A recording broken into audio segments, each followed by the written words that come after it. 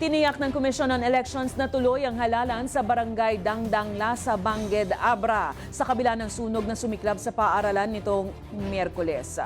Nakahanda rin ang komisyon na magdagdag ng seguridad sa naturang barangay para mapanatili ang kaayusan ng halalan. Ang balitang A to Z ni Naomi Almojano.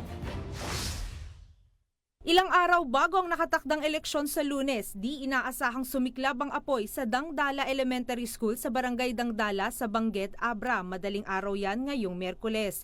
Ang paaralang ito ang kaisa-isang voting center sa barangay, kaya kritikal ang insidenteng ito ayon sa Commission on Elections. Sa tala ng election officer ng lugar, nasa 70% ng paaralan ang nilamon ng apoy, pero anila may 2 pang silid-aralan na maaring magamit pa rin sa eleksyon.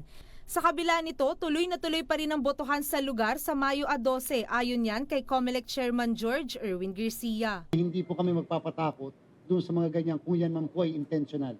They will still vote in that particular place para lang makita ng mga kababayan natin habang sila'y bumoboto, ginawang abo ang mismong lugar kung saan nag-aaral ang mga kabataan. Nagpatuloy din ngayong Miyerkules ang final testing and sealing sa barangay matapos maibalik ang kuryente sa 2 natirang silid. Pagtitiyak pa ng komisyon, walang anumang election paraphernalia ang nasama sa sunog. Handa rin ang komisyon na magtayo ng alternatibong voting places. Kasi hodang nasunog ang buong kabuuan ng eskwelahan, magtatayo kami ng makeshift doon sa lugar na yan. No failure of election in any barangay, in any precinct in the entire country.